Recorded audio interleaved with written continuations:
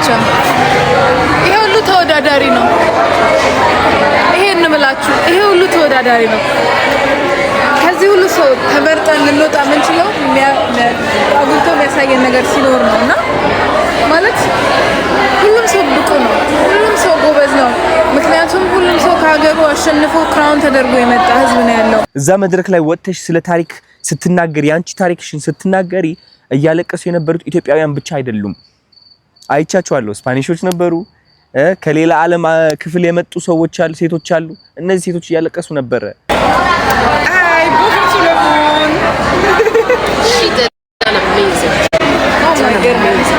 ጋይስ አንድ ነገር ልንገራችሁ። ዛሬ አንደኛ ሳንሆን አንለያይም፣ አንደኛ ሆነን ነው የምናድረው እና ሁላችንም አሁን በገንዘብ ቮት እናረጋለን። እኔ ከራሴ ጀምራለሁ እና ሩትን አንደኛ እናረጋታለን። እንደሚታወቀው እህታችን ሩት ይርጋለም በቬትናም መድረክ ላይ ያሳየችው ከፍተኛ የራስ መተማመን የነበራት ዝግጅትና በተለይም በቅርቡ ያደረገችው ልብ የሚነካ ንግግር መላውን ዓለም በእንባ ያጠበ በርካታ ሚሊዮኖችን ያስደመመ ታላቅ አጋጣሚ ነበር። ሩት በዚያው መድረክ ላይ የገጠማትን አሰቃቂ የእህቷን ህይወት ማጣትና የጓደኛ ክህደት ይዛ ያንን ከባድ ህመም ወደ ትልቅ አገራዊና ህዝባዊ ዓላማ በመቀየር ያደረገችው ንግግር ዛሬም ድረስ በዓለም አቀፍ ደረጃ ትልቅ መነጋገሪያ እንደሆነ ቀጥሏል። አሁን ደግሞ ውድድሩ ወደ ቀጣዩና ወደ ወሳኙ ዙር ተሸጋግሯል። ሩት ይርጋለምን ከአፍሪካ ምርጥ ተወዳዳሪዎች መካከል አንደኛ አድርጎ ወደ ቀጣዩ ዙር ለማሳለፍ ድምጽ የመስጠት ሂደት በከፍተኛ ሁኔታ እየተካሄደ ይገኛል። በዚህ የምርጫ ሂደት ላይ ፍጹም አስደናቂና ልብ የሚነካ ነገር እየተስተዋለም ይገኛል። በአሁኑ ሰዓት በደረጃ ሰንጠረዥ አናት ላይ እጅግ በጠበቀና ሰላማዊ በሆነ ፉክክር ላይ ያሉት የሁለቱ ጎረቤታማ ሀገራት የኢትዮጵያና የኤርትራ ተወዳዳሪዎች ናቸው። በመጀመሪያዎቹ ቀናት ኢትዮጵያ በተወሰነ መልኩ ወደ ኋላ ቀርታ የነበረ ቢሆንም ባለፉት ቀናት በተደረገው ከፍተኛ ህዝባዊ ርብርብና የታዋቂ ቲክቶከሮች ቅስቀሳ ምክንያት ሩት ይርጋለም በአሁኑ ወቅት ወደ ሁለተኛ ደረጃ ላይ ከፍ ማለት ችላለች። ነገር ግን አሁንም ውድድሩ አልተጠናቀቀም። ገና የ9 ቀናት ያህል የወሳኝ ጊዜ እድል ከፊታችን ይጠብቀናል።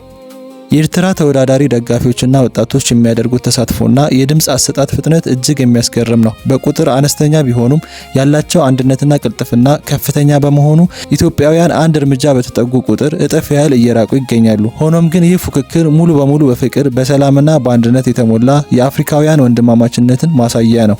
ሁለቱ ተወዳዳሪዎች እዚያው ቬትናም ውስጥ በፍቅርና በአንድነት አብረው ጊዜያቸውን እያሳለፉ ሲሆን የደጋፊዎቻቸውን ፉክክር ፍጹም ሰላማዊና ደስ የሚል ውድድር ነው። ሃይ ሩት የኔ እህት አንድ ምክር ልስጥሽ።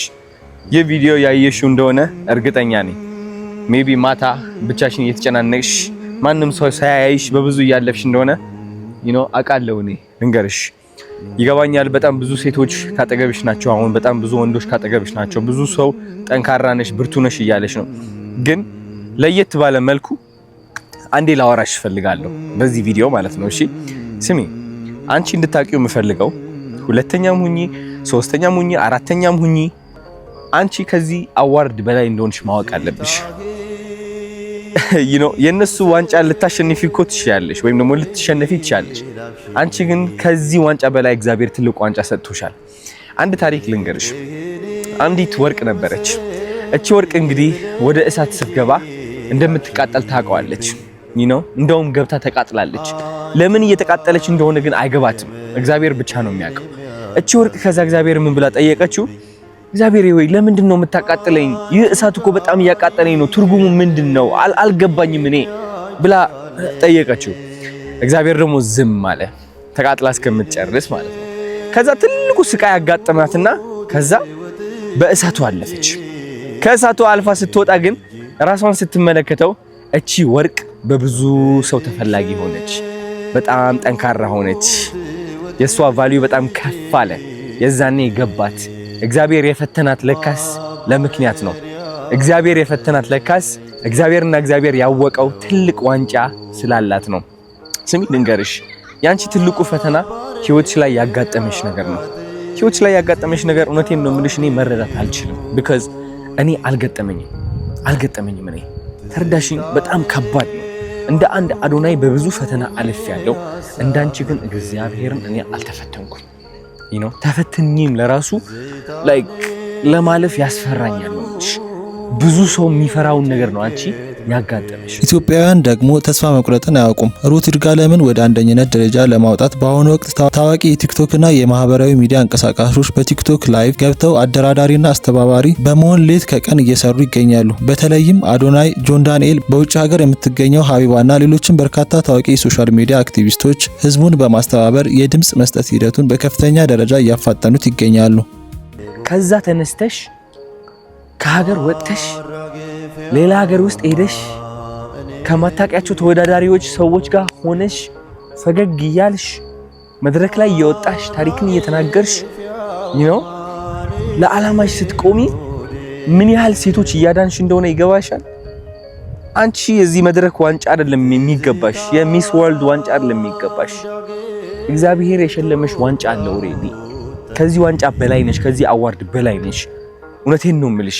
ኦሬዲ ሀገርሽን አስጠርተሻል። እንግዲህ ሀገርን ማስጠራት ማለት ብዙ ሰዎች ምንድነው የሚመስላቸው? ኢትዮጵያ ኢትዮጵያ ኢትዮጵያ ሲባል ይመስላቸዋል። አይደለም። የብዙ ሴቶች ስቃይ፣ የብዙ ወንዶች ስቃይ ተጋርተሻል አንቺ።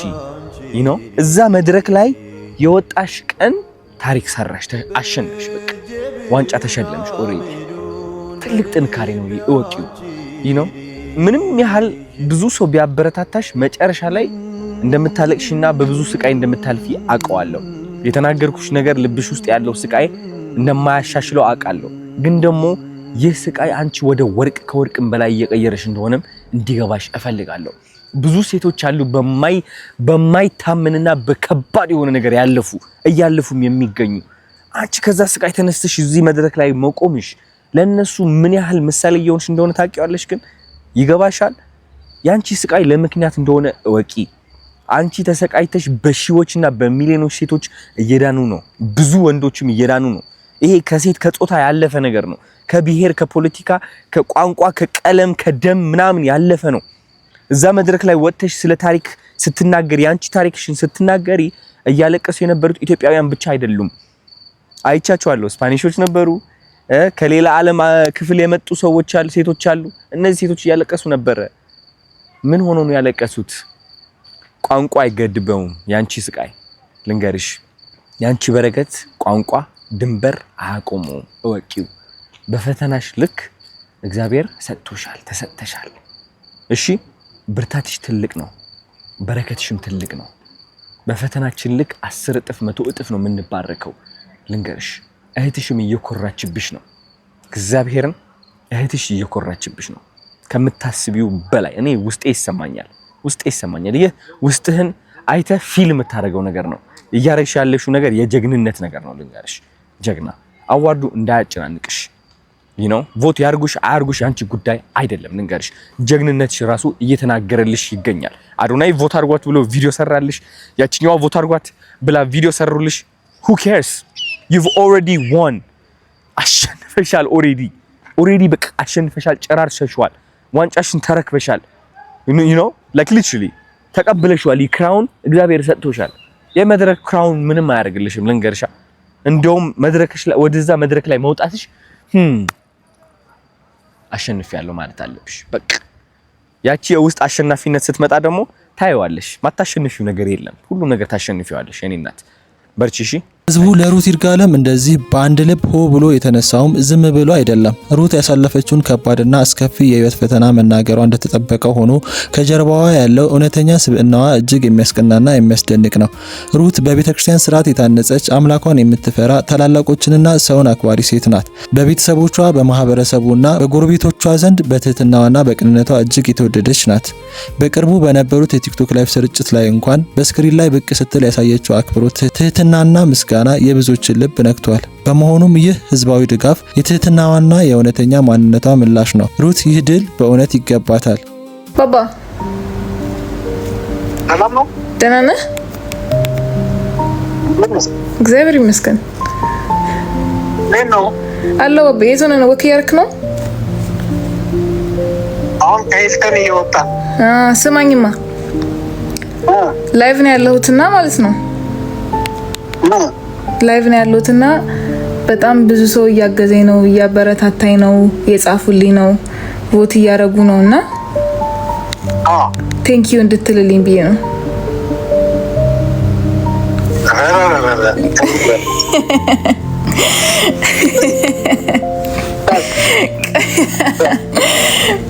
ቴንኪው። ከባድ ነው አቃ እኔ ነኝ። ስማኝ አሁን እነሱ እኮ ምንም አይሉም። አንተ ብቻ ያዩሃል እንጂ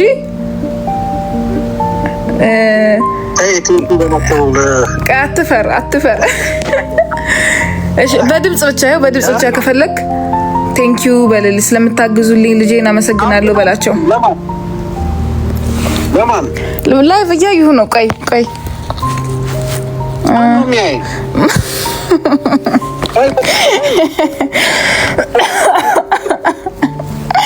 ማነው?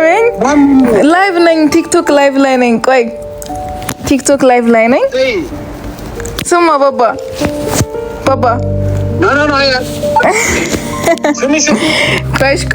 ቆይ እሺ የምታደርጉትን ሁሉ እያየሁት ነው። በጣም አመሰግናለሁ። በርቱ።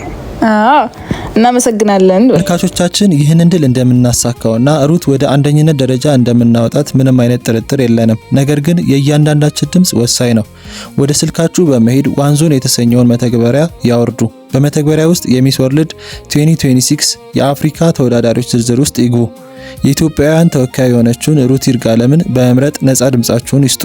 እሷ እዛ መድረክ ላይ የምትጠራው በግል ስሟ ብቻ ሳይሆን በኢትዮጵያ ስም ነው። ካሳለፈችው ከባድ መከራና ሕመም ተነስታ እዚህ ደረጃ ለደረሰችው እህታችን ከጎኗ በመቆም የድል አክሊል እንድትጎናጸፍ ማድረግ የእያንዳንዳችን ሀገራዊና ወንድማማችነታዊ ኃላፊነት ነው። ቪዲዮን ለሌሎችም እንዲደርስ ሼር፣ ላይክ እና ሰብስክራይብ ማድረጋችሁን አትርሱ።